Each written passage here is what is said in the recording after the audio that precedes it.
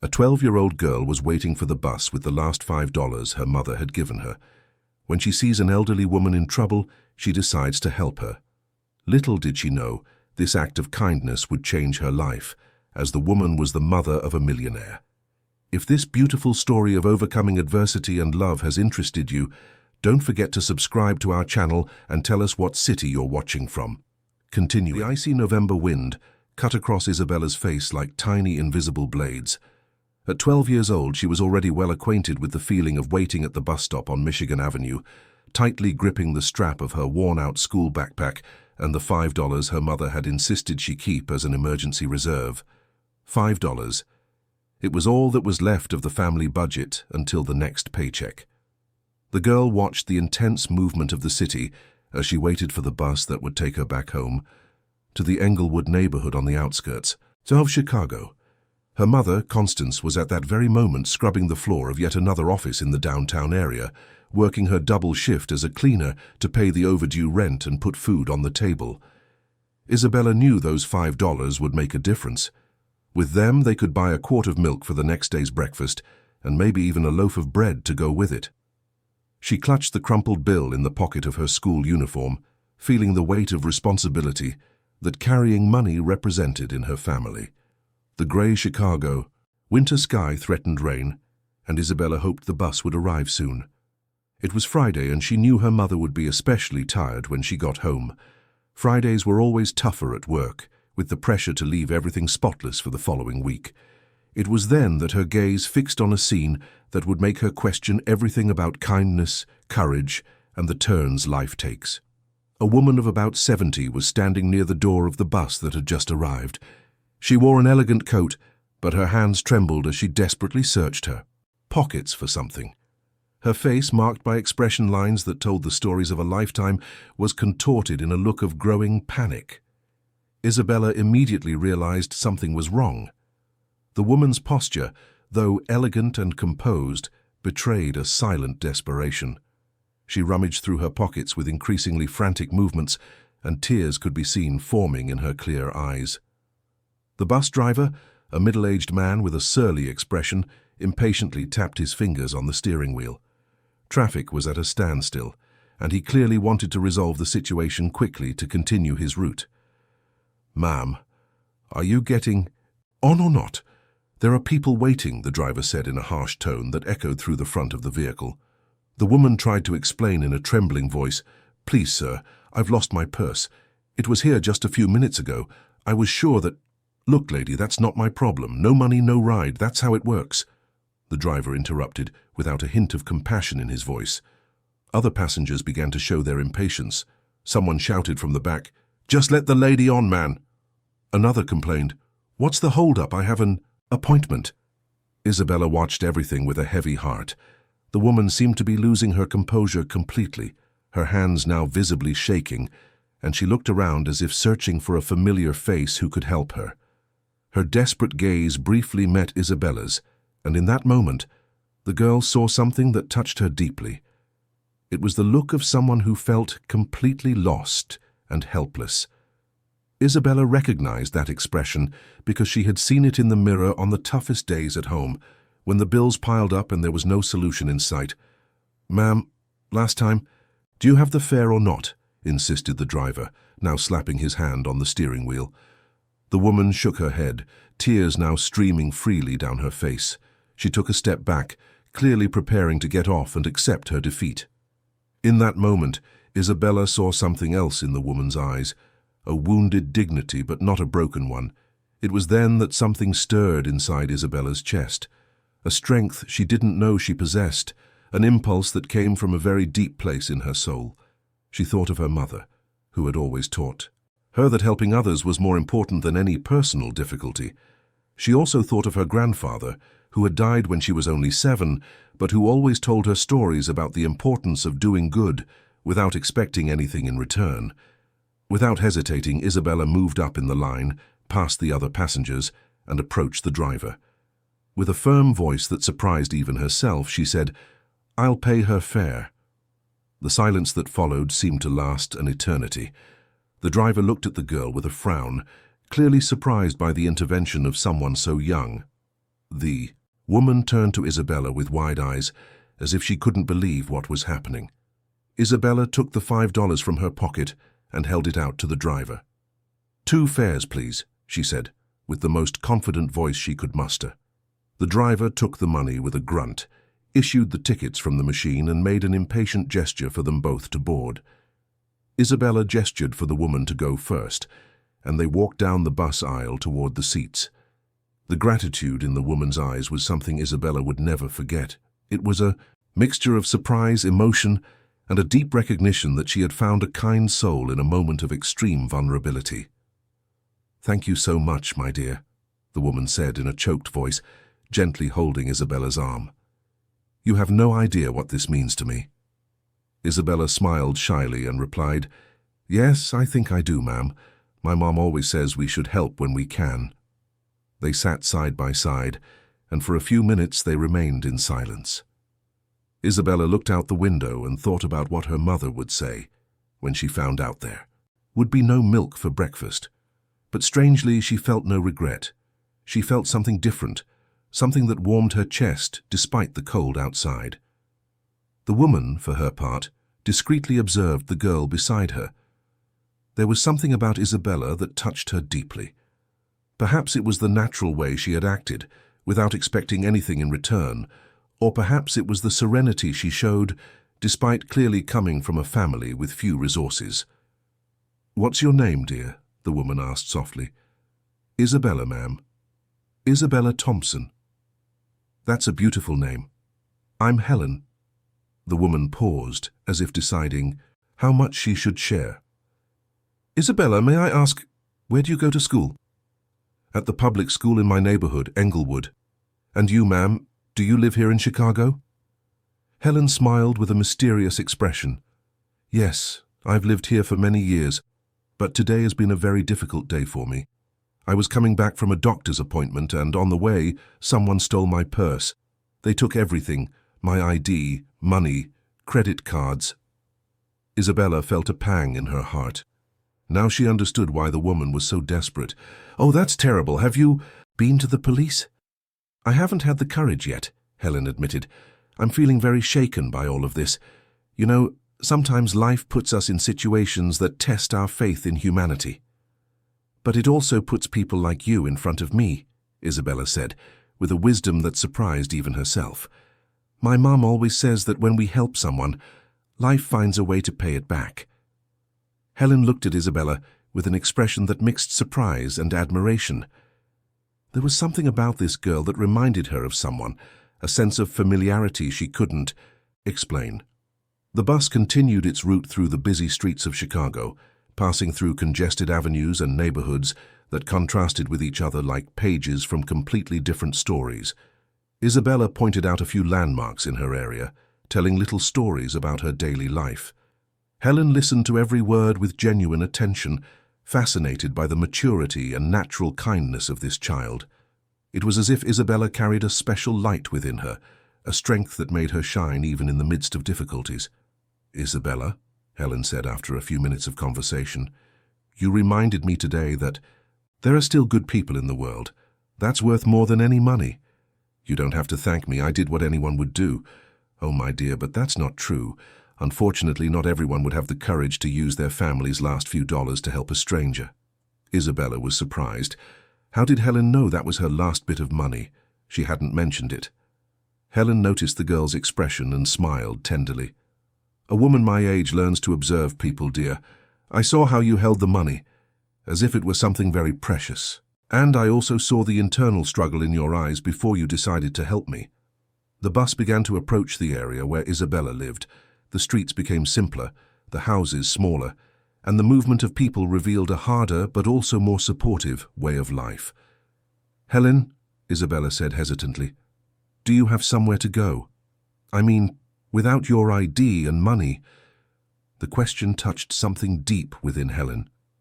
The truth was, she did have somewhere to go, but there was something about this girl's company that made her want to prolong their encounter. It was as if fate were writing something very special that day. "You know what, Isabella? I'm in no hurry. If you don't mind, I'd like to see where you live. It's been a long time since I've talked to someone as special as you." Isabella smiled, and it was in that smile that Helen saw something that made her shudder, an unmistakable resemblance to someone very important from her past. But she kept this observation to herself, at least for now. The bus stopped at Isabella's stop, and the two of them got off together. Night was beginning to fall over Chicago, and the city lights were turning on like little terrestrial stars. Isabella looked at Helen and made a decision that would change everything. "Helen, if you'd like, you can come over for a cup of coffee. It's nothing fancy, but my mum always says our door is open to good people." Helen felt her eyes fill with tears again, but this time they were tears of gratitude and something she couldn't quite name yet. It was as if this girl were opening a door not just to her home, but to something much bigger. It would be an honor, Isabella. And so, walking through the simple streets of Englewood, two souls began to weave a story that would transcend everything they both imagined possible. The house where Isabella lived was on a narrow street, with townhouses squeezed together as if trying to shield each other from life's hardships. The rusty iron gate creaked as Isabella opened it, and she apologized for the noise with an embarrassed smile.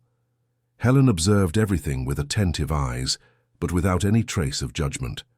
She saw in the simple plants decorating the small porch the same care her own mother used to give her garden decades ago. There was love in those details, and that was something money could never buy. "Mom isn't home yet," Isabella said, turning the key in the lock. "She works later on Fridays." The door opened to reveal a small but meticulously tidy living room. The furniture was old, some pieces clearly mended and repainted several times, but everything was impeccably clean and organized. An old television dominated one corner of the room, and on the walls were family photographs in simple but well-cared-for frames. Helen entered slowly, feeling a strange familiarity with the environment, not because of the physical appearance of the place, but because of the energy it radiated. It was the same kind of unconditional love she had felt in her own childhood before life had taken her down completely different paths. "Please, have a seat on the sofa, Helen. I'll make us some coffee," Isabella said, already heading to the kitchen. "Let me help you," Helen offered, but Isabella made a delicate gesture with her hand. "No need. You're our guest." As Isabella moved around the kitchen with the familiarity of someone who had been taking on household responsibilities for some time, Helen looked at the photographs on the living room wall. One in particular caught her eye, a young man in a military uniform with his arm around a beautiful woman. There was something in the man's face that made her step closer to get a better look. Her heart began to beat faster. The eyes, the shape of his face, the smile. It was impossible, but there was an unmistakable resemblance to someone she would never forget. "That's a photo of my grandfather when he was young," Isabella said, appearing at the kitchen doorway with a cup in her hand. "He served in the army and met my grandmother when she was very young. He passed away when I was 7, but he was always my hero." Helen felt her legs tremble. What was his name, your grandfather?" "Charles Thompson. Everyone called him Charlie. My mum always says I inherited his heart." Helen's world seemed to stop completely. Charles Thompson. Charlie. The man who had saved her husband's life during World War II when they were both young American soldiers serving in Italy. The same man she and her late husband had searched for years after the war, without ever being able to find. Memories flooded her mind like an avalanche of emotions. Her husband Robert constantly spoke of Charlie, the war buddy who had risked his own life to save him from an ambush. Robert always said that he owed his life, and consequently the entire family they built, to that brave man. "Helen, are you all right?" Isabella asked, concerned by the woman's sudden pallor. Helen sat down heavily on the sofa, her hands shaking. "Isabella, I need to tell you something. This might be the biggest coincidence of a lifetime, or maybe it's fate." The girl came closer, intrigued, and sat beside Helen. "What happened?" "My husband's name was Robert Miller. He passed away 10 years ago, but throughout our life together, he spoke countless times about a war buddy who saved his life in Italy. He always said this man was a hero, that he had the most generous heart he had ever known." Isabella's eyes widened. "Are you saying that—" "I'm saying that your grandfather saved my husband's life, and that the entire life we built, our whole family, only exists because of the courage of Charles Thompson. The two sat in silence for a moment, absorbing the magnitude of the encounter. Isabella felt as if she were living in a dream, one of those stories her mother used to tell about how life sometimes held surprises that were impossible to predict. "My mom has more pictures of him," Isabella said in a choked voice, "and some letters he wrote from the war. Would you like to see them?" Helen could only nod, tears running freely down her face.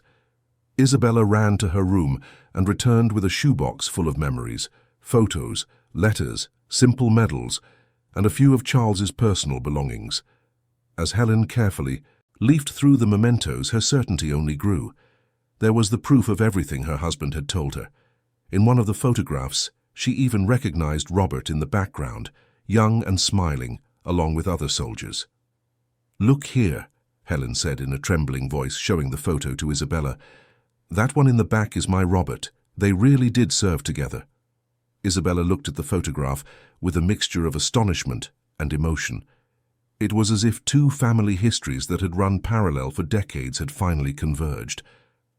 "Helen," Isabella said slowly, "does this mean we were already connected even before we met today?" "It means much more than that, my dear. It means that generosity has run in your family for generations. Your grandfather was generous to my husband, and you were generous to me today. It's as if you were honoring his memory without even knowing it." At that moment, the front door opened and Constance entered, carrying her bags of cleaning supplies and wearing the tired expression of someone who had worked hard all day. She stopped abruptly upon seeing a stranger in her living room, talking intimately with her daughter. "Thaisa, who is this lady?" Constance asked, more surprised than suspicious. Isabella stood up quickly. "Mum, this is Helen. I helped her on the bus today, and we discovered something incredible." Constance greeted Helen with the natural courtesy of someone raised to respect her elders, but her eyes showed concern. The family couldn't afford to entertain guests with the dignity they would have liked. Helen immediately sensed the woman's discomfort and stood up. "Constance, your daughter helped me at a very difficult moment today, and we just discovered that our paths have already crossed in the past." Constance frowned, confused. Isabella picked up one of the photographs and showed it to her mother. "Mum, Helen's husband served in the war with Grandpa. He knew Grandpa, and more than that, Grandpa saved his life." Constance looked at the photograph, then at Helen, then at her daughter. The expression of confusion gave way to one of complete bewilderment. "Robert Miller," Helen said softly. "That was my husband's name. He always talked about Charlie, the man who risked his life to save him." Constance slowly sat down in the nearest chair, her workbags falling to the floor. "My father used to tell that story. He said he had saved a comrade, but we were never able to find his family after the war." "We looked for you for years too," Helen said in a choked voice. "Robert so wanted to thank him in person. He wanted Charles to meet our family." The three women fell silent, each processing the magnitude of the encounter. Constance looked at Helen with a mixture of admiration and curiosity, as if she were seeing a ghost from her family's past materialize in her living room. "Constance," Helen said after a few minutes, "I need to tell you about the circumstances of our meeting today. Your daughter used the family's last $5 to pay my bus fare. When I was completely lost and desperate, she didn't hesitate to help me." Constance looked at Isabella with an expression that mixed pride and concern. "Isa, those $5 were for tomorrow's milk," Isabella completed quietly. "I know, Mum, but I couldn't leave Helen in that situation." Helen observed the interaction between mother and daughter and felt her heart fill with an emotion she hadn't felt in years. It was as if she were witnessing the continuation of the legacy of kindness that Charles had begun decades ago. "Constance," Helen said with determination, "I don't believe in coincidences. I believe that life has ways of settling its accounts. Your father saved my husband, and today your daughter saved me. She didn't just pay my fare, she restored my faith in humanity on one of the most difficult days of my life." Constance listened in silence, still trying to process everything. Helen continued, "May I ask about your work situation? Isabella told me you work very hard. Constance hesitated. She wasn't used to discussing her struggles with strangers, but there was something about Helen that inspired trust. I work as a cleaner. I clean offices downtown. It's hard, but it's what I can do with my level of education. And how do they treat you at work? Like all cleaners are treated, Constance said with a resigned sigh, as if we were invisible. But it's honest work, and it allows me to raise my daughter. Helen nodded, but something in her eyes suggested a decision was being made. Constance, what I'm about to tell you may seem impossible, but it's the truth. My husband left a considerable fortune when he died. Our children are well established, and I have more resources than I could spend in several lifetimes. The two remained silent, not understanding where Helen was going with this information. For all these years, my husband and I always wanted to find Charles's family to repay what he did for us. Today, fate has not only allowed us to find you, but it has shown that the generosity Charles demonstrated in the war lives on in his granddaughter's soul. Helen paused, looking directly into Constance's eyes. I would like to do something in memory of what your father did, for my family. Not as charity, but as justice, as an adjustment that life is making decades after the original event. Constance shook her head. Helen, we can't accept anything. Isa did what she did because she has a good heart, not expecting anything in return. Exactly as your father did with Robert, Helen said with a smile, and that's precisely why I know this is the right family, the right people. Helen stood up and walked to the window, looking out at the simple street where this family lived. Constance, may I ask about your situation here? Do you own the house? No, Constance admitted. We pay rent, and it's late. How many months? Constance hesitated. 3. The landlord has already threatened eviction. Helen turned to them with an expression of determination they would never forget. Then let's solve that first. Isabella and Constance looked at each other, not fully understanding what was happening, but feeling that their lives were about to take a completely different turn. Outside, the Chicago night continued its usual rhythm, unaware that inside that simple house, a story that had begun decades ago on an Italian battlefield was finally finding its conclusion. And that, her new, even more extraordinary story was just beginning. The next morning, Constance woke up thinking she had dreamt it all. The conversation with Helen, the discovery about her father, the promises of change. But then she saw Isabella in the kitchen, preparing coffee with a smile on her face that she hadn't seen in a long time. Mom, Helen is coming back today, Isabella said excitedly. She said she has a few things to sort out about what we talked about yesterday. Constance nodded, but a worry gnawed at her. During the night she had reflected on the whole situation. As true and moving as the war story was, she couldn't let her daughter build up unrealistic expectations about a woman who, however kind she seemed, was still a stranger. Isa, you know we can't expect anything from Helen, right? She's a good person and the story about your grandfather is beautiful, but our life is going to stay the same. Isabella stopped stirring the coffee and looked at her mother with her big, expressive eyes. Mom, I know that. But yesterday when I talked to her I felt that something was changing, not because of what she can do for us, but because of what we discovered about our family. Constance smiled tenderly. Her daughter had a wisdom that sometimes surprised her. That's true. Knowing that your grandfather was a real hero is something very special. The doorbell interrupted their conversation. Isabella ran to open it, and there stood Helen, but not alone. An elegant man about 40 years old accompanied her. He carried a leather briefcase and had the posture of someone accustomed to handling important matters. Good morning, dear, Helen said, hugging Isabella with the affection of a grandmother. This is Dr. Marcus, my lawyer. I hope you don't mind his presence. Constance appeared at the door, still wearing the work uniform she had worn the day before. She greeted the visitors politely, but Helen immediately noticed her hesitation.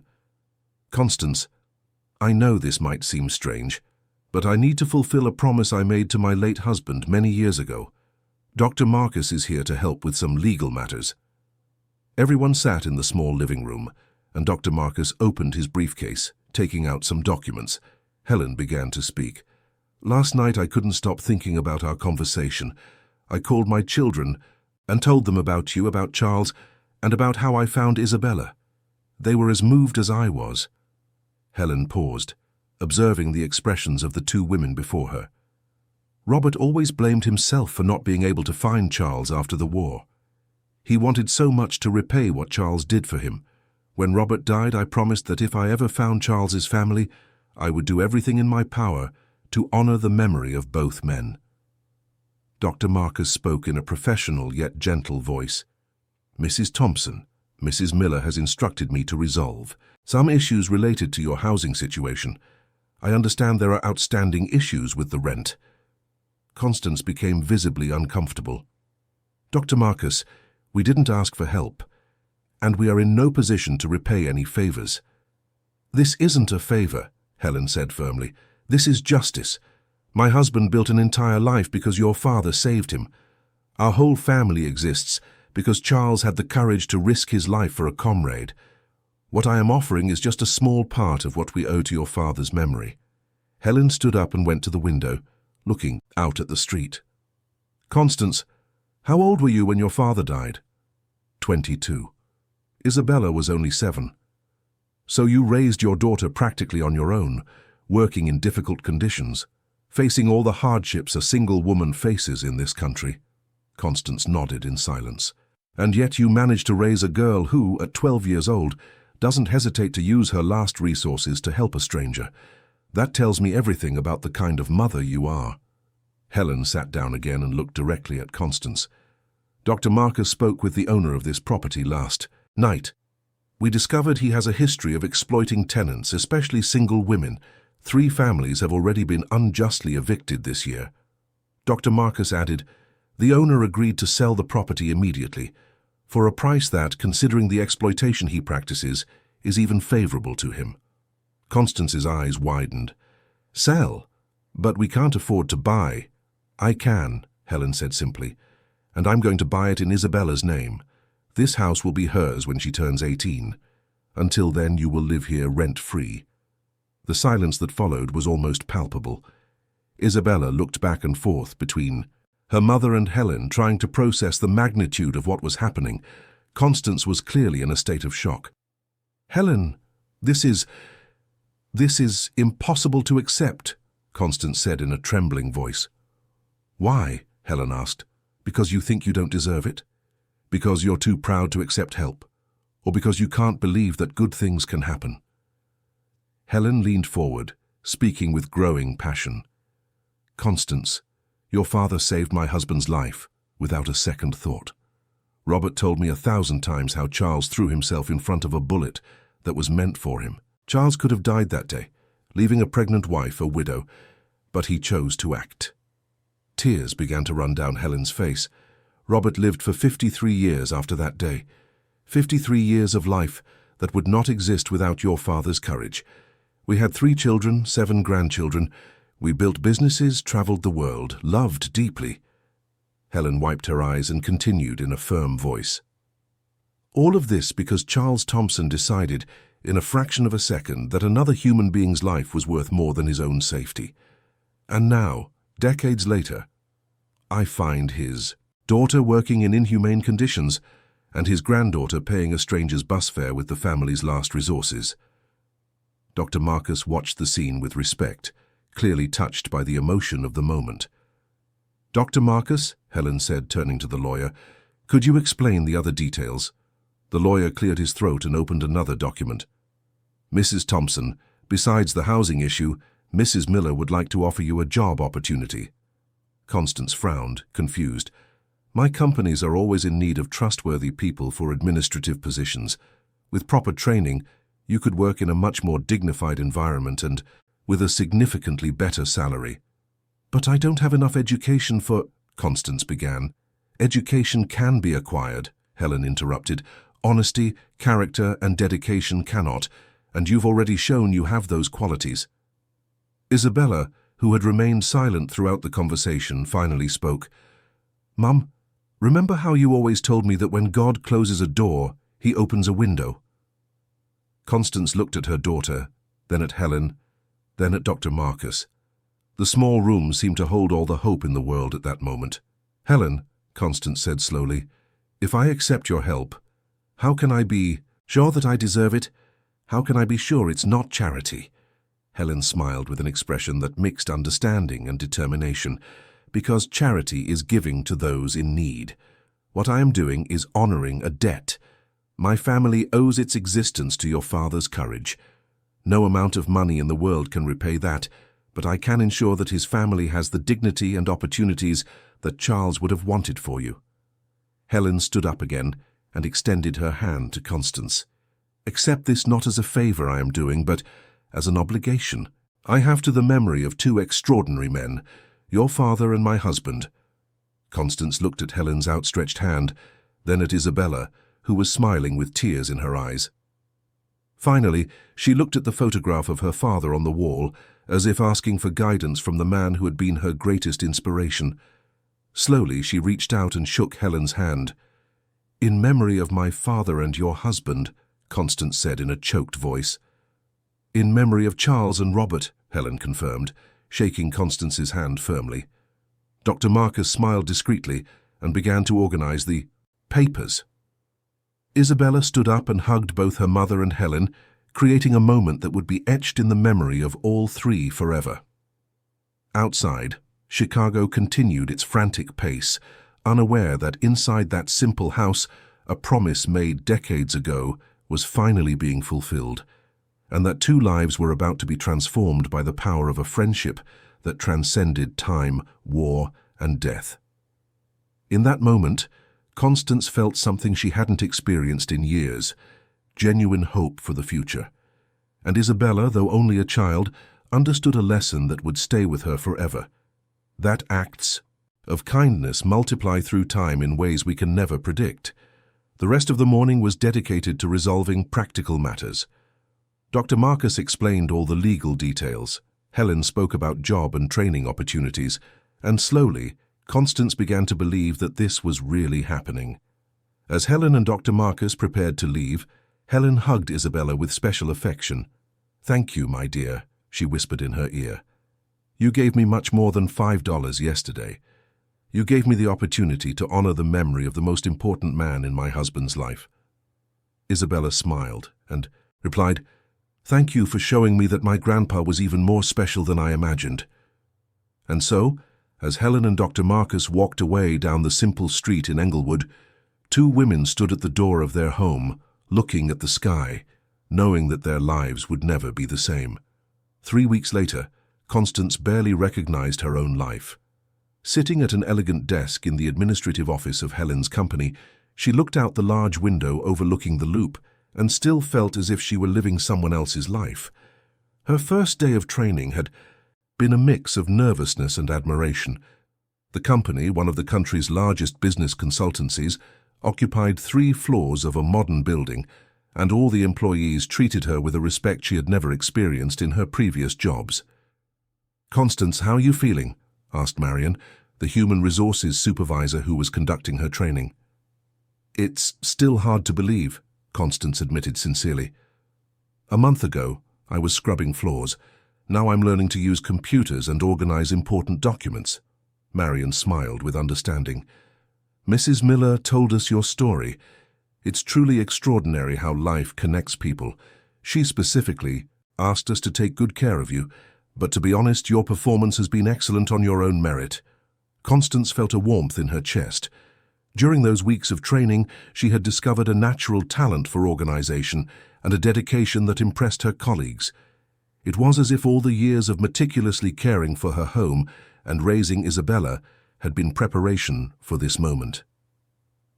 "Marion, can I ask a question?" Constance said hesitantly. "The other employees, do they know where I came from?" "Some do, some don't, but what I can say is that everyone greatly respects the work you're doing. Honesty and dedication are rare qualities, and you have both." Constance nodded, still processing her new reality. The salary she was earning was 3 times what she made as a cleaner. She had labor rights she had never experienced, and for the first time in years she didn't have back pain at the end of the day.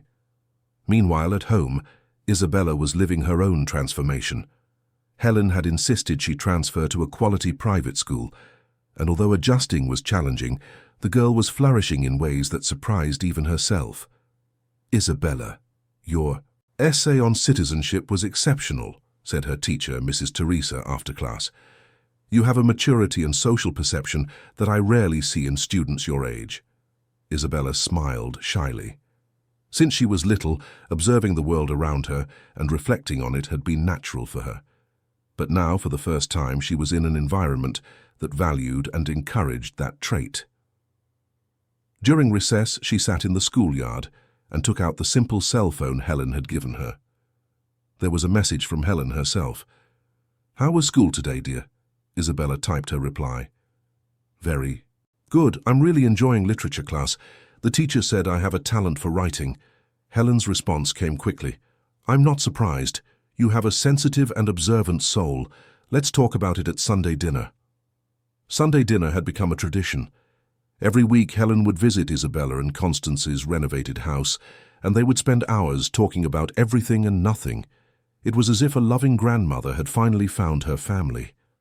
That afternoon, when Constance arrived from work, she found Isabella studying at the kitchen table, surrounded by new books and organized notebooks.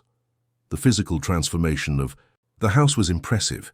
Helen had hired a team to completely renovate the property, but always respecting the family's personality and wishes. "How was work today, Mum?" Isabella asked, looking up from her books. "Better every day," Constance replied, kissing her daughter's forehead. "Today I learned how to use a spreadsheet to organize contracts. Who would have thought I'd be capable of that?" "I always knew you were smart, Mum. You just didn't have the opportunity to show it." Constance sat beside her daughter and looked at the school supplies spread across the table. "And you? How are you adjusting to the new school?" "It's different," Isabella admitted. "The other students come from different backgrounds than ours, but the teachers are incredible. And I'm starting to understand that I can dream of things that once seemed impossible." "Like what?"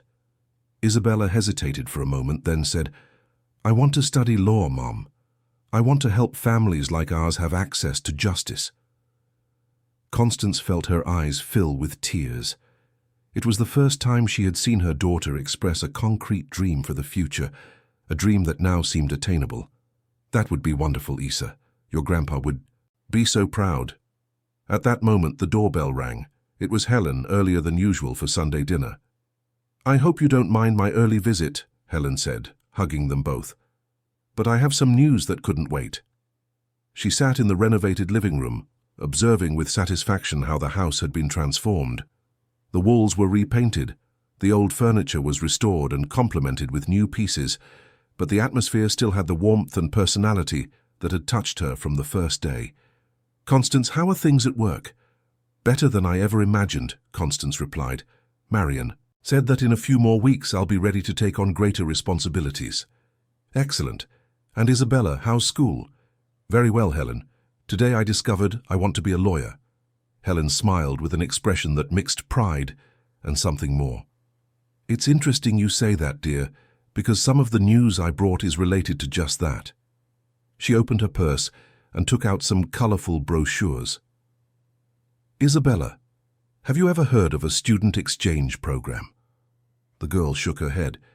"It's when a student goes to study in another country for a period to learn not only academic subjects but also about other cultures. It's an experience that opens the mind in extraordinary ways." Helen spread the brochures on the table. They were for exchange programs for young students, with destinations like Canada, France, and the United Kingdom. "Helen, this must cost a fortune," Constance said, worried. "It does. But it's not about money, Constance.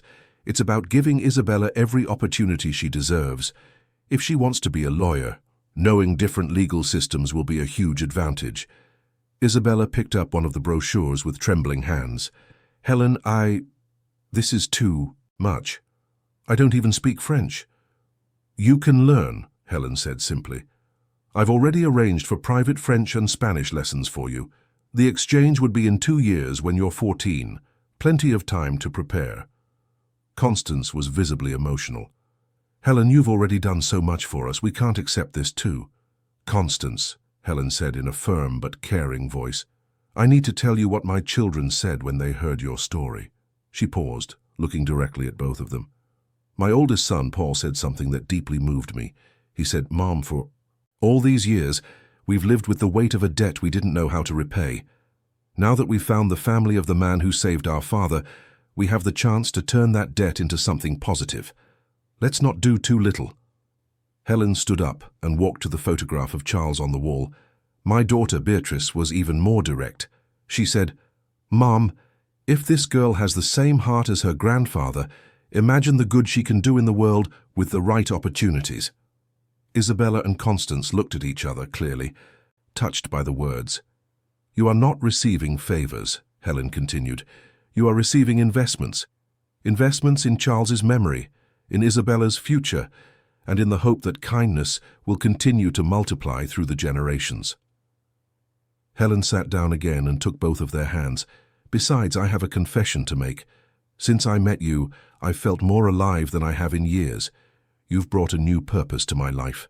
Let me take care of you, not just because I owe it to Charles, but because I love you like family." The silence that followed was charged with emotion. Isabella was the first to speak. "Helen, if I go on this exchange, I want it to be with a purpose. I want to study hard, learn everything I can, and come back prepared to honor my grandfather's memory." "And how do you plan to do that?" Helen asked with a smile. "I want to dedicate my career to helping families like ours used to be. I want to be the kind of lawyer who fights for real justice." Helen felt her eyes fill with tears. "Charles would be so proud of you, dear." Constance finally spoke, her voice choked with emotion. "Helen, I accept everything you're offering for Isabella, but on one condition, which is that you let us repay you in some way, even if it's small, even if it's symbolic. I need to feel that I'm contributing too." Helen thought for a moment, then smiled. "All right. You can repay me by being happy. You can repay me by taking every opportunity. And you can repay me by spreading the kindness you've received." That night, after Helen left, Constance and Isabella stayed up late, talking about the future that now seemed full of possibilities. For the first time in their lives, they weren't worried about the rent money, the next day's food, or the humiliations at work. "Mom," Isabella said before falling asleep, "do you think Grandpa up in heaven knows what's happening to us?" Constance smiled and stroked her daughter's hair. "I'm sure he does. And I'm sure he's happy to see that his kindness is still making a difference in the world." Outside, Chicago slept under its millions of lights. But inside that house in Englewood, two souls rested with the peace of knowing that tomorrow would be better than today. And in her mansion in Lincoln Park, Helen also slept peacefully, knowing that she was finally fulfilling the promise she had made to her husband so many years ago. The story of Charles and Robert continued to be written through a new generation, and that was more valuable than any treasure she could possess. 2 years had passed since that transformative encounter on the bus, and Isabella, now 14, was at O'Hare International Airport, preparing to board a flight to Montreal, Canada. Her French had improved tremendously, and she could hold fluent conversations on the topics that interested her most: human rights, social justice, and history. Constance held her daughter's hand tightly, trying to hide the anxiety of seeing her leave. In the last 2 years, she had become a supervisor of a 5-person team at Helen's company, and her self-confidence had grown in ways she had never imagined possible. "Are you sure you haven't forgotten anything?"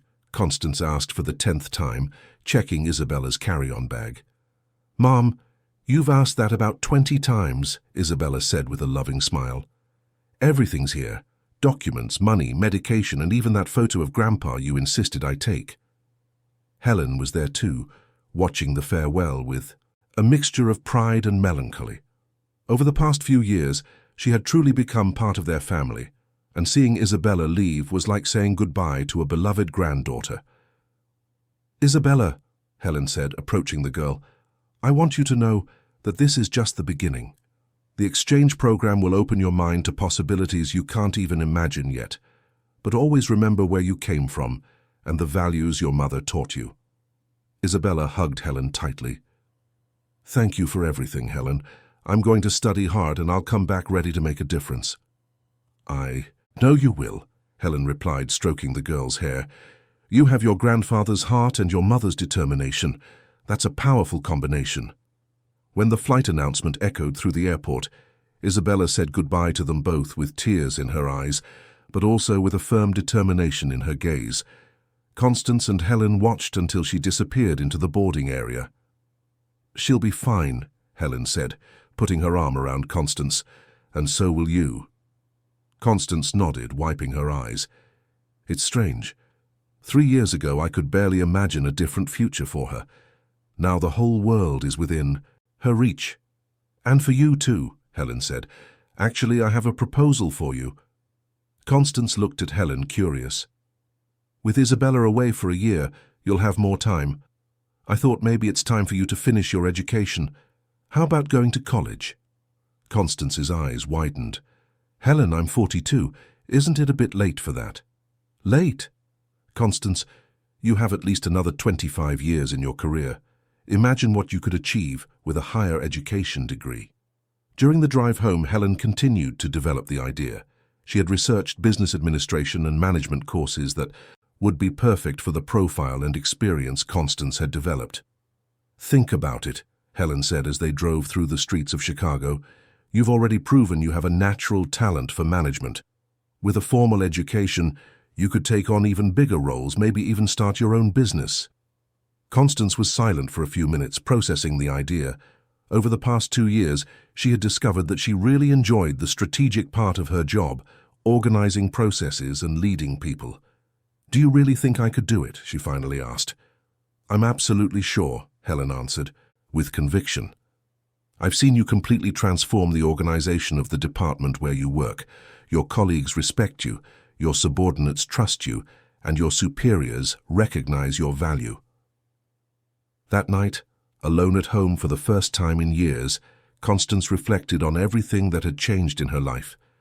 She looked at the photograph of her father on the wall and murmured, Dad, I think your kindness really is multiplying through the generations. Meanwhile, in Montreal, Isabella was having her first experiences as an international student. Her host family, the Johnsons, welcomed her with genuine warmth, and she quickly adapted to the routine of the Canadian school. Isabella, where are you from in the States? Asked Sarah, a classmate, during a break. I'm from Chicago, from the South Side, Isabella replied without any embarrassment. My mom is a supervisor at a company, and I'm here because a very special family friend believed in me. Sarah was impressed by the naturalness and pride with which Isabella spoke of her origins. It's cool how you talk about your family. A lot of students here seem ashamed of where they come from. Why would I be ashamed? Isabella said, genuinely surprised.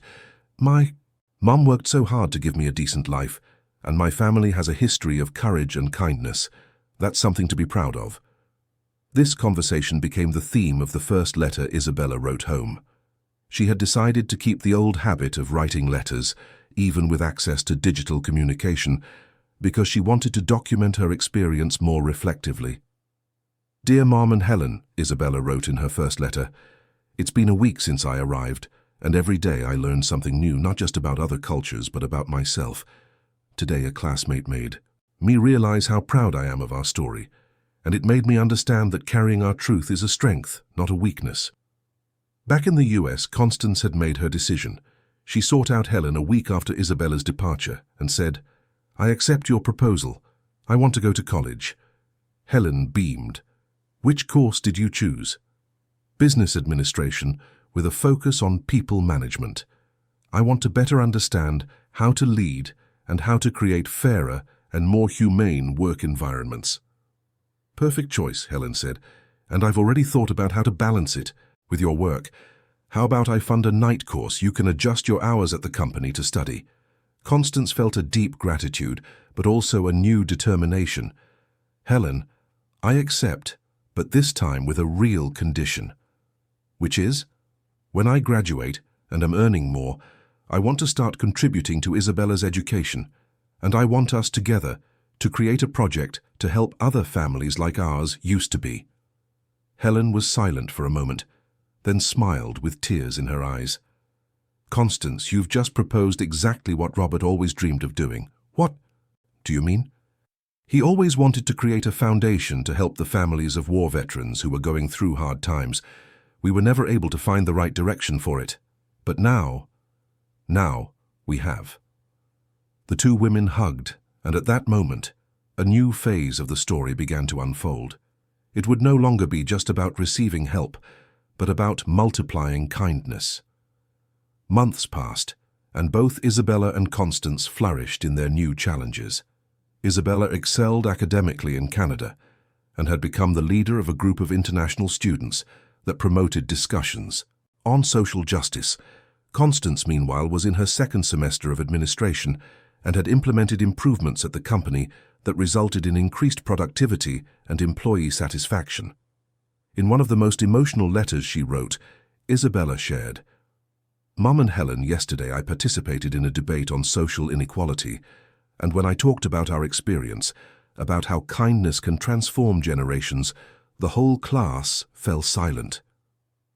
Afterward, several classmates came to talk to me, wanting to better understand how this happens in practice.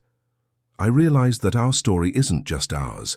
It can inspire other people to believe in change." Helen, reading the letter to Constance, said, "She's understanding the real power of our story." "What power?" asked Constance. "The power to show that social transformation doesn't just happen through grand gestures or public policies. It also happens through ordinary people who choose to be kind to one another." Constance nodded thoughtfully. "Helen, I've been thinking a lot about the foundation proposal. I think it should start small, here in our area. Get to know the families, understand their real needs. How do you imagine it would work? First, identify working families who are going through temporary difficulties. Not give them money, but offer opportunities, vocational courses, help with the children's education, psychological support. Things that make a real difference." Helen smiled, recognizing in Constance's idea the same practical and humane vision she had always admired in her. "You want to transform the help you received into a model for helping others," Helen observed. "Exactly. And I want to do it in a way that preserves people's dignity, just like you did with us." That night, Helen called her children and told them about her conversation with Constance. Paul, her eldest son, said something that moved her deeply. "Mom, I think Dad would be proud. You've managed to turn that war story into something that will continue to help people for generations." And so, while Isabella grew and prepared in Canada, and Constance studied and planned for the future in the US, Helen began to design what would become the Charles Robert Foundation, an organization that would honor the memory of the two men who had started that chain of kindness so many years ago. The fifth chapter of their lives was being written with hope, determination, and the certainty that the best was yet to come. Kindness had found its way to multiply, and now it had deep roots to continue growing. 5 years after that life-changing encounter, the auditorium at the University of Chicago Law School was packed. Isabella, now 19, was about to deliver her class's valedictory speech, an honor reserved for the student with the best academic performance. In the audience, Constance watched her daughter with a pride that overflowed from her chest. She herself had graduated with a degree in business administration 2 years prior, and now directed the Charles Robert Foundation, which had already helped over 200 families in the Chicago metropolitan area. Beside Constance, Helen, now 77, held a handkerchief tightly, preparing for the emotion she knew was coming. Over the past 7 years, she had found in Charles's family not only a way to honor her husband's memory, but a true reason to live with renewed purpose. Isabella took the stage with the confident posture of someone who had grown up knowing exactly her place in the world. Her exchange in Canada had lasted 2 years, and she had then secured a full scholarship to study law at the University of Chicago, specializing in human rights and social justice. "Dear professors, families, and fellow graduates," Isabella began, her voice echoing clearly through the auditorium, "when I entered this law school 5 years ago, I brought with me more than books and dreams. I brought a story." She paused, looking directly at Constance and Helen. "A story that began on a battlefield in Italy during World War II, when my grandfather, Charles Thompson, risked his life to save a comrade. a story that continued decades later, when a 12-year-old girl decided to use her last $5 to help an unknown woman on a bus. The auditorium was in absolute silence, everyone captivated by the young woman's words. Today, as a newly graduated lawyer, I understand that justice is not only what happens in courtrooms. Justice is also the courage to extend a hand to someone in need. It is the generosity that breaks cycles of hardship. It is the faith that every act of kindness can echo through time in ways we never imagined. Isabella took a deep breath before continuing. My mother taught me that true wealth is not in what we possess, but in what we are able to give. Helen, who became our family by heart, showed me that honoring the past means building a better future. And my grandfather, whom I never met personally, taught me that a single moment of courage can change the destiny of generations. Tears streamed freely down Helen's face as she thought of Robert and how proud he would be to see the final result of Charles's courage. As a lawyer, I intend to dedicate my career not only to defending individual rights, but to building bridges between worlds that often ignore each other. I want to be the voice for those who, like my family was 7 years ago, face their battles in silence. Isabella looked at the audience again, seeing the emotional faces of professors and classmates. But more importantly, I want to perpetuate the most valuable lesson I've learned, that social transformation begins with the transformation of individual hearts. That kindness is a revolutionary force, and that each of us has the power to change someone's world. She took a final pause, looking once more at her mother and Helen. To you, who brought me here, I promise that I will use every piece of knowledge acquired, every opportunity gained, and every privilege received to multiply the kindness you planted in my life. This graduation is not an end. It is the beginning of my ability to give back to the world everything I have received. The auditorium erupted in applause, but for Constance and Helen, the noise seemed distant. They were absorbed in the magnitude of the moment, seeing the culmination of a journey that had begun with a simple gesture of empathy.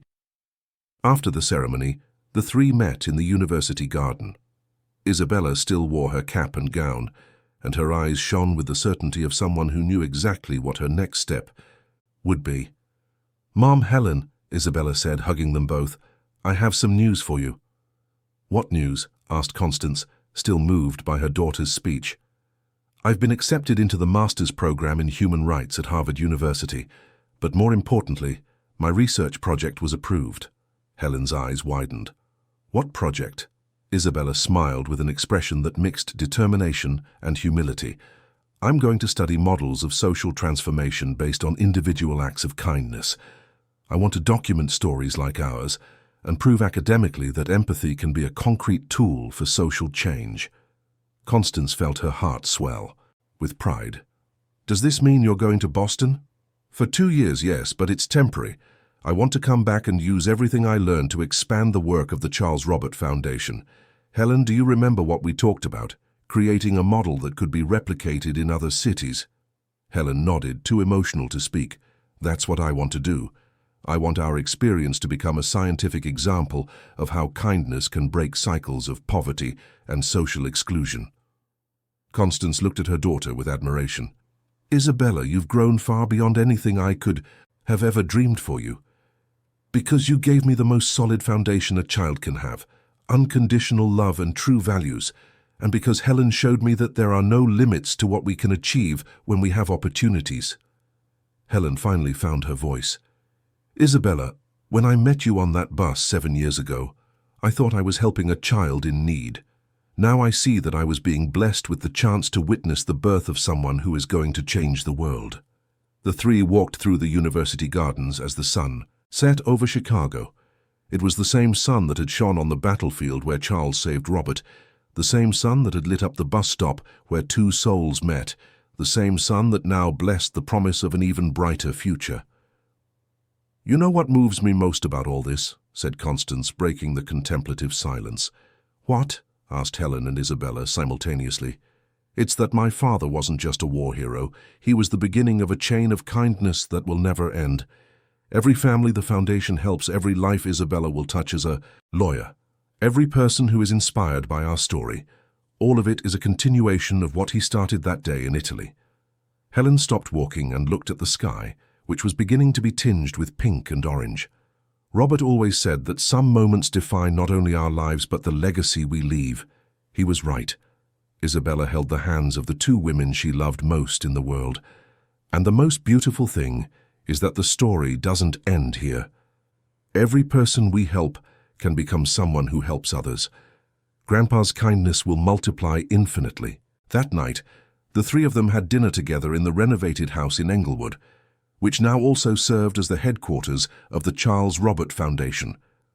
The walls were decorated with photographs of all the families that had been helped over the years, and in the center, in a place of honor, remained the original photograph of Charles Thompson in his military uniform. "Helen," Isabella said during dinner, "there's something I've always wanted to ask you." "Go on, dear." "Do you believe in fate, or was it all just a series of happy coincidences?" Helen reflected for a moment, looking at the photograph of Charles. "I think some things are too big to be explained by mere chance. Perhaps the universe has its own ways of ensuring that kindness finds its way back into the world." Constance smiled. "I prefer to believe that love is never lost. That when someone acts with true love, as my father did, it creates waves that continue to spread forever. And I," said Isabella, "believe that we are all responsible for choosing whether we will be waves of kindness or barriers against it." 2 months later, Isabella was at an airport again, this time leaving for Harvard. But now the farewell was different. There was no anxiety, only gratitude and anticipation for what was to come. "I'm not going to cry this time," said Constance, hugging her daughter. "You can cry, Mom. They're tears of pride." "I'll come back with even more tools to help," Isabella promised. "And one day when I have my own family, I'll tell my children about the courage of great-grandpa Charles, the strength of Grandma Constance, and the generosity of our heart-grandma Helen." Helen laughed through her tears. "Heart-grandma Helen, I like that."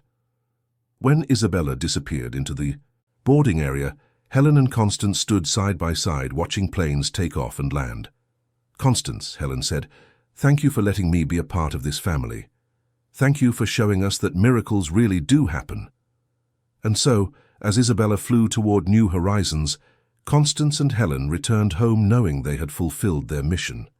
They had transformed an act of war into a bridge of peace, a need into an opportunity, a story of hardship into an example of hope. The Charles Robert Foundation continued to grow. Isabella became an international authority on human rights, and Helen lived to see her great-grandchildren grow up hearing stories about the importance of being kind to strangers. And somewhere, Charles Thompson and Robert Miller smiled, knowing that their friendship had transcended death and become eternal through the love and kindness of 4 generations of extraordinary women. 3 years had passed since Isabella left for Harvard, and Boston had become her second home. At 22, she was about to defend her master's thesis, titled "Waves of Kindness," a longitudinal study on social transformation through individual acts of empathy. In the small apartment she shared with 2 fellow graduate students, Isabella was finishing her presentation review when the phone rang. It was a call from Chicago, from her mother. "Isa, honey, how are you?" said Constance with that maternal affection that crossed oceans. "Nervous, Mom. The defense is tomorrow, and it feels like my entire academic life comes down to these next 2 hours. You're going to do wonderfully. You're defending our own story, and no one knows it better than you." Isabella smiled, feeling the comforting familiarity of her mother's voice. "How are things there, and Helen?" The pause on the other end of the line made Isabella sit up, straight. "Mom, what happened?" "Helen is fine, dear. Actually, very fine. She has a surprise for you, but she wanted to wait until after your defense to tell you." "What kind of surprise?" "The kind you'll need to sit down for," Constance said with a mysterious laugh. "But first, focus on your defense. We'll talk about everything afterward." After hanging up, Isabella was intrigued, but decided to follow her mother's advice and concentrate on the presentation. Her thesis had become a phenomenon at the university. Professors from different departments, sociology, psychology, economics, had asked to be on the panel, fascinated by the approach she had brought to the study of social transformation. The next morning, the auditorium at the Harvard Kennedy School was packed. Isabella had invited some special people to watch via video conference: Constance, Helen, and representatives from several families who had been helped by the Charles Robert Foundation. Distinguished members of the panel, Isabella began in a firm voice, my research starts from a simple premise that kindness is not just a feeling, but a measurable economic and social force. She clicked to the first slide, which showed a photograph of Charles Thompson. It all began in 1944 when my grandfather, American soldier Charles Thompson, saved the life of a comrade in Italy. This isolated act created what I call a primary wave of kindness, the effects of which we are still measuring today. Professor Williams, her thesis advisor, watched with pride as Isabella presented graphs and data she had collected over 3 years. By tracking 215 families assisted by the Charles Robert Foundation, we were able to demonstrate that interventions based on empathy and opportunity, not pure welfare, result in sustainable changes that perpetuate for generations. Isabella moved to the next slide, which showed a photograph of herself at 12 next to a recent photo. The case that initially motivated me was my own. A 12-year-old girl who spent her last $5 to help a stranger, not knowing she was creating a secondary wave of kindness that would result in her own educational and social transformation. Professor Martinez, from the Social Economics Department, asked her first question, Ms. Thompson, how do you differentiate your model from traditional theories of social capital? Excellent question, Professor. Traditional social capital focuses on pre-existing networks. Our model demonstrates how acts of kindness can create new social networks that transcend class, geography, and even time. The connection between my family and Helen's began 80 years ago and continues to generate measurable results. For 40 minutes, Isabella answered complex questions about methodology, statistical analysis, and public policy implications. Her research had proven that social programs based on personal relationships and development opportunities had results 340% better than traditional welfare programs. In conclusion, Isabella said, looking directly at the camera where she knew her family was watching, this research proves that my grandfather Charles was not just a war hero. He was a social scientist without knowing it, creating an experiment in transformation that continues to generate data to this day. The panel withdrew to deliberate, and 15 minutes later, Professor Williams returned with a smile that said it all. Ms. Isabella Thompson, it is with great pleasure that we inform you that your thesis has been approved with the highest distinction. Furthermore, the graduate committee would like to invite you to apply for the doctoral program with full funding. When the video connection was re-established with Chicago, Isabella saw Constance and Helen embracing, crying with joy.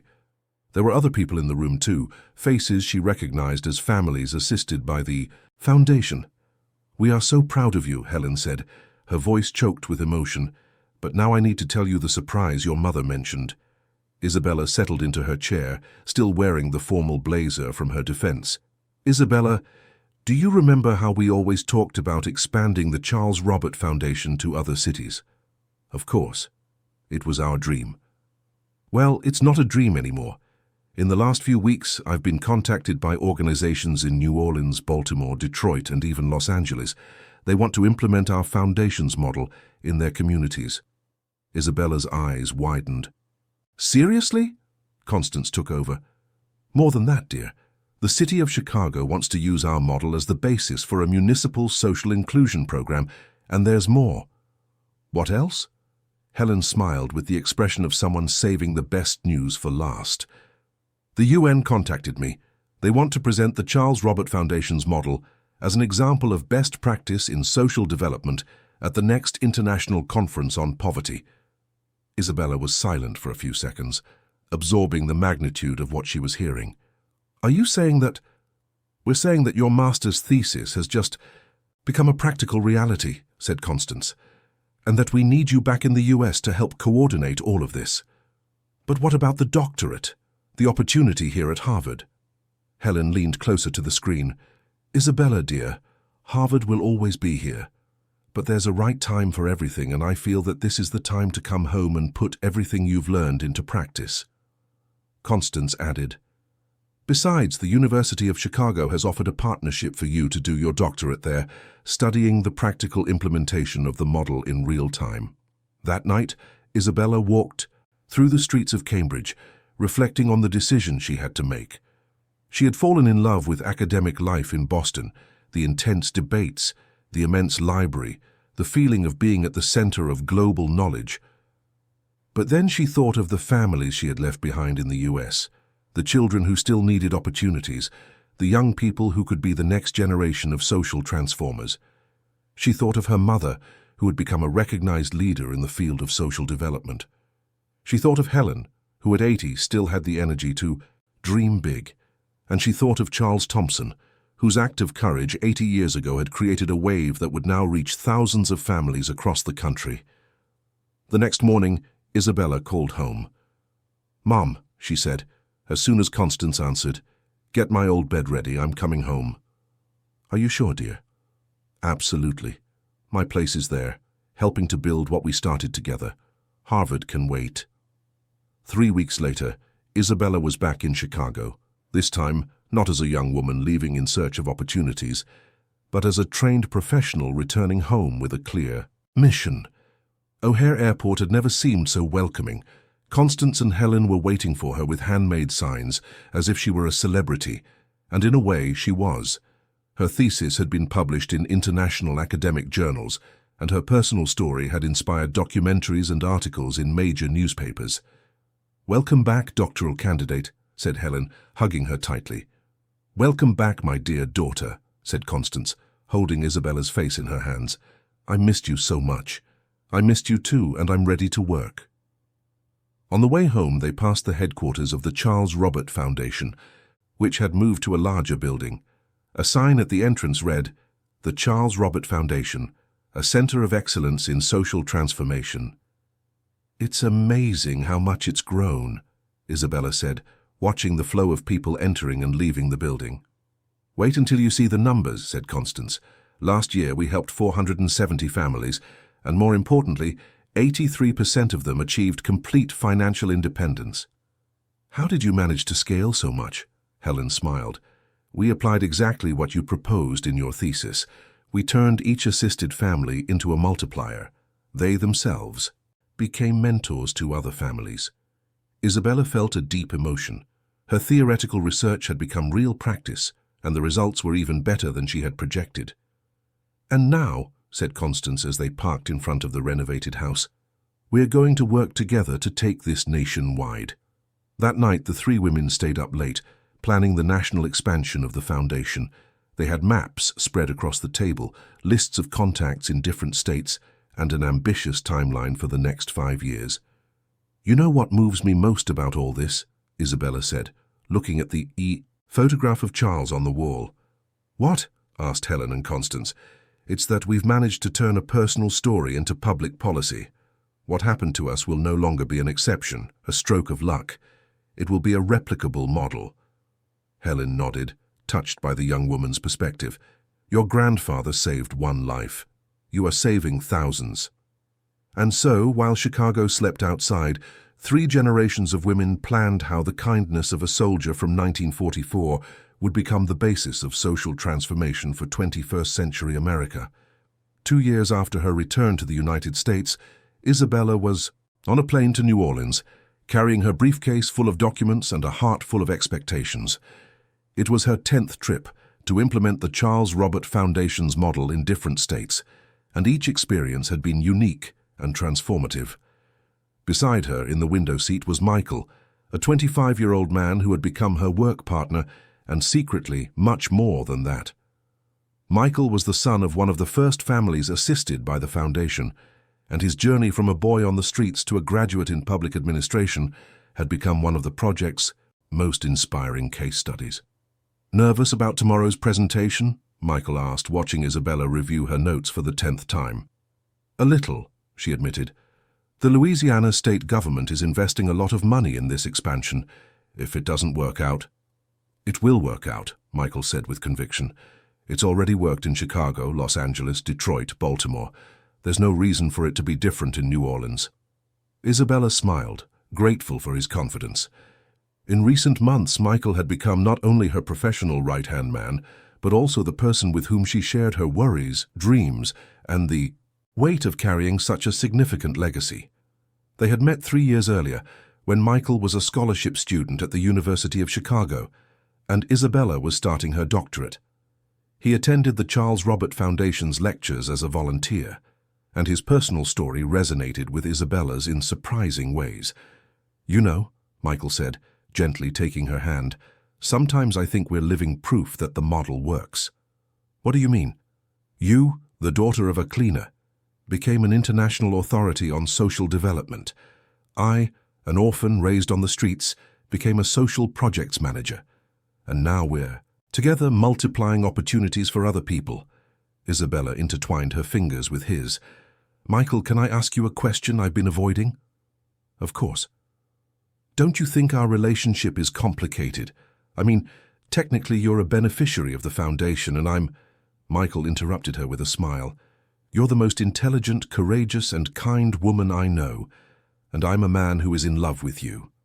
Our professional history is just the backdrop." The plane began its descent over New Orleans, and through the window they could see the city stretching between the sea and the bayous. It was a sight that always moved Isabella, reminding her of how diverse and full of potential America was. At the airport, they were greeted by a delegation that included representatives from the city, the local university, and local non-governmental organizations. Among them was Mrs. Carmen, a 50-year-old woman who led a community project on the outskirts of New Orleans. "Ms. Isabella," said Mrs. Carmen, approaching with a warm smile, "you have no idea how eager we are to learn about your work. Your story inspires us so much." During the drive to the hotel, Mrs. Carmen told them about the local reality. "We have many hard-working families struggling, especially single mothers. The problem isn't a lack of will to work, it's a lack of dignified opportunities." "That's exactly what our model is designed for," said Isabella. "We don't want to provide permanent assistance. We want to build bridges to independence." The next day, the auditorium at the local university was packed. Local authorities, business representatives, community leaders, and academics gathered to learn about the Charles Robert Foundation's proposal. "Good morning, everyone," Isabella began, feeling more confident than she had on the plane. "I'm here today not just to present a project, but to share a story that proves social transformation is possible and measurable." She told once again the story of Charles Thompson, of the meeting with Helen on the bus, and of how a family from the outskirts of Chicago had become an international example of social mobility. "But most importantly," Isabella continued, "we've managed to transform this personal experience into a scientific model that can be replicated in any American urban context." Michael took the floor to present the technical data. In 4 years of operation, the Charles Robert Foundation has recorded an 89% success rate in placing beneficiaries in the formal job market. Even more impressive, 67% of beneficiaries later became mentors to other families. The mayor of New Orleans, who was in the front row, raised his hand. "Dr. Michael, how do you ensure the model will work here, considering the regional specificities?" "Excellent question, Mr. Mayor," Michael replied. "Our model isn't rigid. It adapts to local characteristics because it focuses on universal principles, human dignity, potential development, and the creation of sustainable opportunities." Isabella added, "We always work in partnership with local leaders. We don't impose a model from the outside. We offer tools for each community to develop its own version of the project." During the afternoon, they visited 3 different communities in the New Orleans metropolitan area. In each one, Isabella and Michael talked with families, listened to stories, identified potential, and mapped local resources. In one community they met Joanna, a mother of 3 who supported her family by selling ice pops on the street. "I've always wanted to have my own business," Joanna said, "but I never knew where to start." "What if I told you that you already have a business?" Isabella asked. "You just need a few tools to expand it." Michael explained how the model would work in practice. "Joanna, You would receive training in financial management, access to microcredit to buy better equipment, and mentorship from someone who has already gone through this transition. In 6 months, you could have a permanent spot, be registered as a micro-entrepreneur, and have an income 3 times higher. Joanna's eyes filled with tears. Are you serious? Completely, said Isabella. And what's more, after you stabilize your business, we expect you to become a mentor to another family. That night, back at the hotel, Isabella and Michael worked on the report. That would be presented the next day to the state government. They had identified 200 families in the New Orleans metropolitan area who could be beneficiaries of the pilot project. Michael, Isabella said, looking up from her laptop, are you sure we want to take on this commitment? New Orleans would be our 6th city. It's getting very big. Michael sat beside her on the hotel room sofa. Isabella, do you remember the first time your mother told you the story of your grandfather saving his comrade in the war? Of course. Do you think he thought, this could have consequences too big for me to handle? Isabella laughed. Probably not. Exactly. He saw someone who needed help and acted. That's what we're doing. The difference is that now we have the infrastructure and knowledge to do it at scale. Isabella leaned back against Michael's chest, feeling the comforting warmth of his presence. Sometimes I'm afraid all of this is too big for us. And sometimes I'm afraid it's too small, Michael said, kissing the top of her head. How many Joannas are there across America? How many hard-working families who just need one opportunity to change their lives? The next day, the presentation to the Louisiana state government was a resounding success. The governor announced an investment of $5 million to implement the project in 10 cities across the state over the next 3 years. Ms. Isabella and Dr. Michael, the governor said during the signing ceremony, you are bringing more than a social project to Louisiana.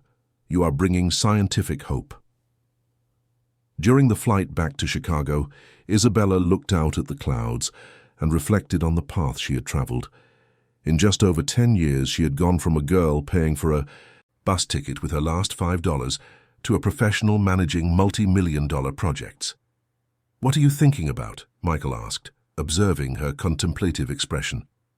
I'm thinking it might be time to make an important decision about us. Michael sat up straight, a little tense.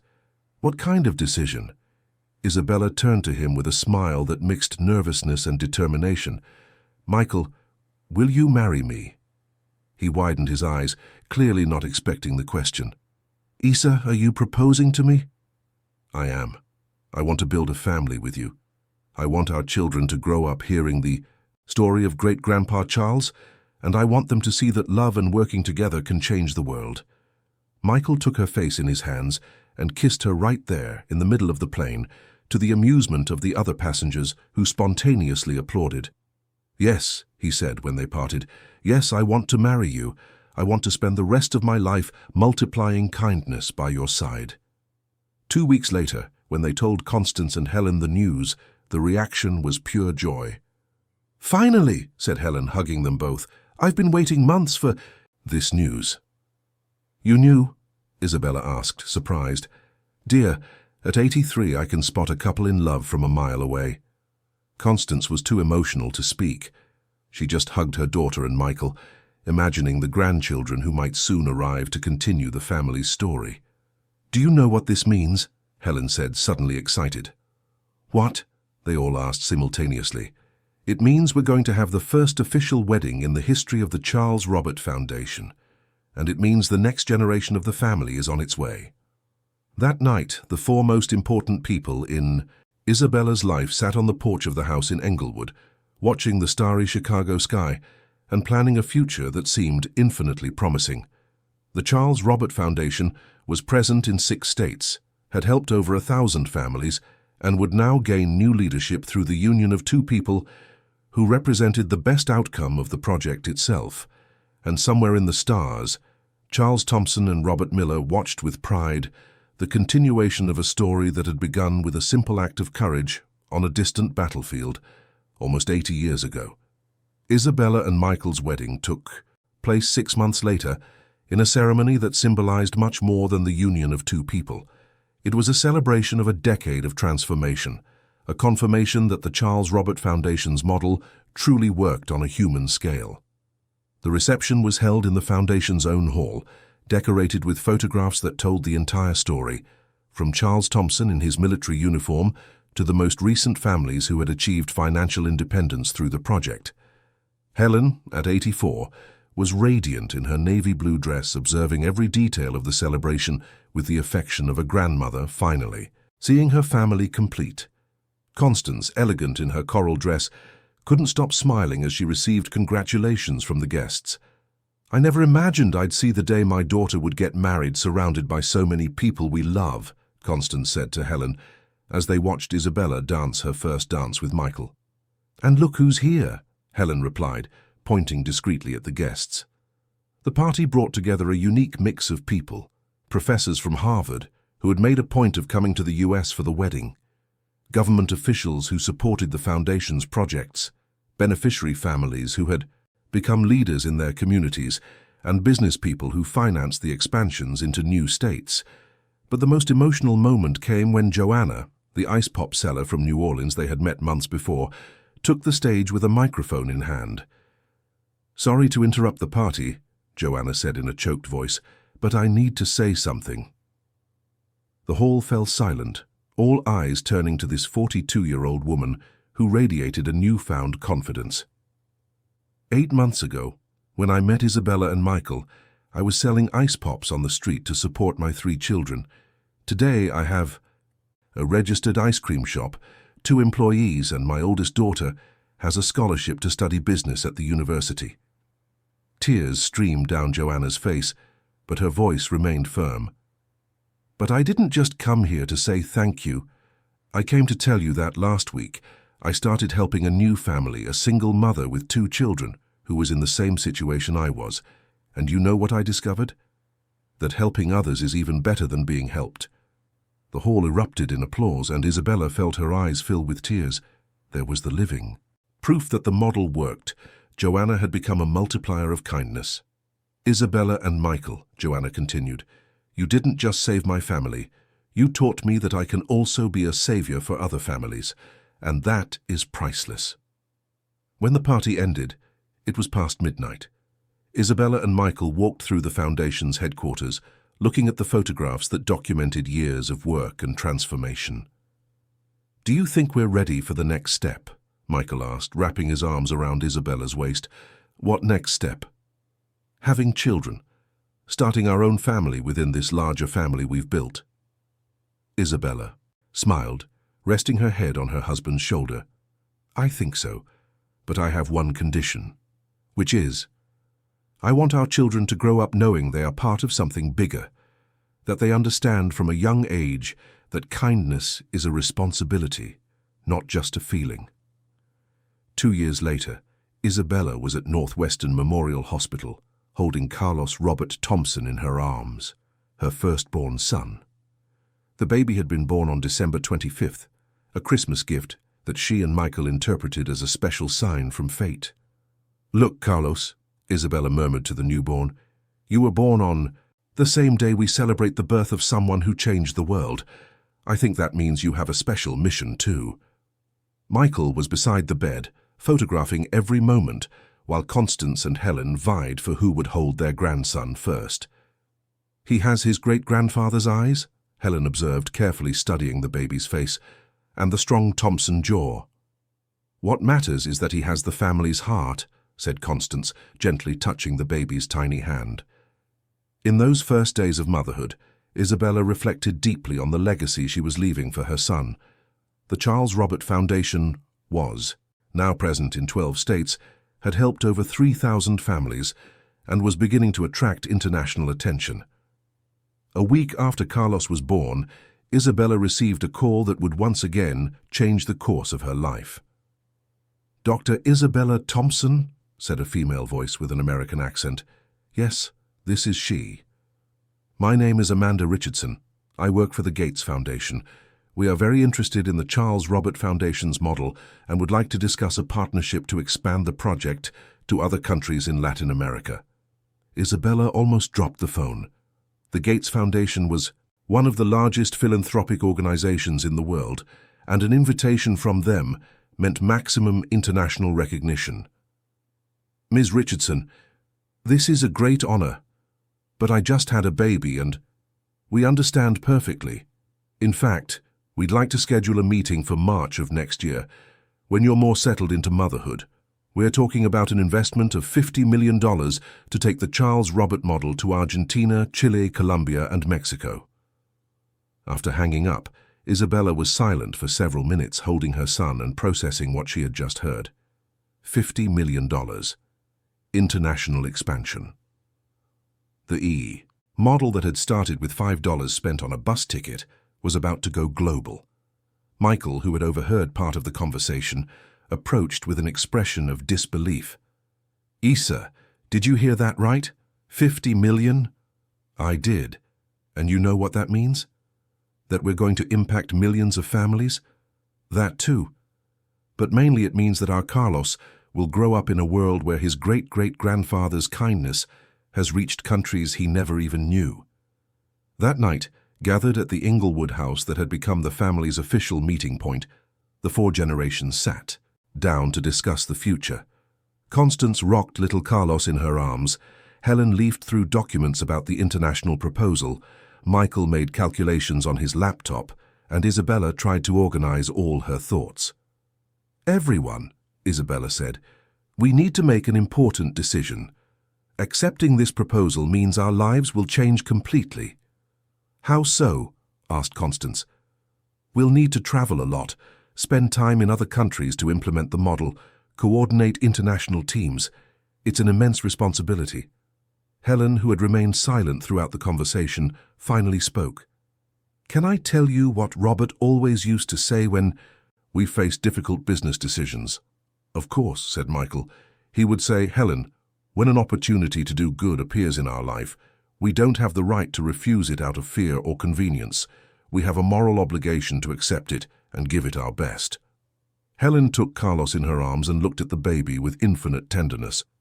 This boy will grow up knowing that his family always chose the path of courage. He will know that when the world offered a chance to multiply kindness, we did not hesitate. Constance nodded, moved. "Helen is right. My father risked his life to save a stranger. Isabella used her last resources to help a stranger. Now it's our turn to risk our comfort zone to help thousands of families." Michael closed his laptop and looked at Isabella. "Love, what's your decision?" Isabella looked at the most important people in her life, the mother who had sacrificed everything for her, the second mother who had opened every door, the husband who shared her dreams, and the son who represented the family's future. "My decision is that we're going to accept, but we're going to do it our way, preserving our values and our way of working." 6 months later, Isabella was in Buenos Aires carrying Carlos in a baby carrier while presenting the Charles Robert Foundation's model to Argentine authorities. Michael coordinated the technical team, and Constance had temporarily taken over the management of the U.S. operations. Adapting the model to other countries brought unique challenges. In Argentina, they discovered that many families first needed basic documentation before any other intervention. In Chile, the central issue was access to daycare so that mothers could work. In Colombia, they found communities where the problem wasn't a lack of opportunities, but a lack of security to access them. "Each country is a different universe," Isabella told Michael during a video conference with the US team. "But the human essence is the same everywhere." "What do you mean?" asked Constance, who was on the call from Chicago. "All the families we've met want the same thing: dignity, opportunities for their children, and the chance to contribute to their communities. The obstacles are different, but the dreams are universal." Little Carlos, now 8 months old, had become the unofficial mascot of the international projects. In meetings, he would sit on different people's laps, and his presence seemed to make everyone more relaxed and optimistic. "You know," said Amanda Richardson during a visit to the project's Argentine headquarters, "I've never seen a baby be so well received in work meetings." "It's because he represents hope," Isabella replied. "When people look at Carlos, they see the future. They see that we are building something that will last for generations." A year after the start of the international expansion, The results exceeded all expectations. The Charles Robert model was working in 4 countries, had benefited over 2,000 Latin American families, and was beginning to attract the UN's attention as a possible global public policy. But for Isabella, the real measure of success wasn't in the numbers. It was in moments like the one she witnessed in Santiago, when she met Rosa, a Chilean mother who had managed to open a bakery after going through the program. "Ms. Isabella," Rosa said, holding her hands tightly, "I want you to know that my 10-year-old son asked me the other day if we could also help other families, like you helped us." "And what did you tell him?" Isabella asked. "I told him yes, that now that we are stable, it is our obligation to be the bridge for other families to get where we are." That night, Isabella wrote in her travel journal, "Today I understood that we did it. We not only created a model that works, but we managed to plant the seed of multiplying kindness in another country, in another culture, in another generation. Grandpa Charles's legacy has truly become universal." When they returned to the US at the end of that year, Isabella, Michael, and little Carlos were greeted at the airport by a crowd. Beneficiary families, foundation employees, local officials, and dozens of children with welcome signs. "Mommy," said a girl of about 7, approaching Isabella, "my mom said you came back home. Is it true?" Isabella knelt to be at the child's level. "It's true. And do you know why?" "Why?" "Because we discovered that no matter where we are in the world, our home will always be where there are good people wanting to help each other." And so, holding her son in her arms and surrounded by the people she loved, Isabella Thompson understood that the story started by her grandfather 80 years ago had become much bigger than a family, much bigger than a country. It had become universal. The end of the story. Dear listeners, we hope the story of Isabella, Constance, and Helen has deeply touched your hearts. If you were moved by this journey of love, kindness, and transformation, don't forget to leave a like. Subscribe to our channel and tell us in the comments which moment marked you the most. Every day, we bring intense stories like this one, which reveal the brightest side of the human soul and show how small gestures can change entire destinies. Your participation motivates us to continue sharing these narratives that remind us that kindness still moves the world. Until the next episode, always remember, you too can be the beginning of a story of transformation in someone's life. We'll be waiting for you in the next story that will move and inspire you.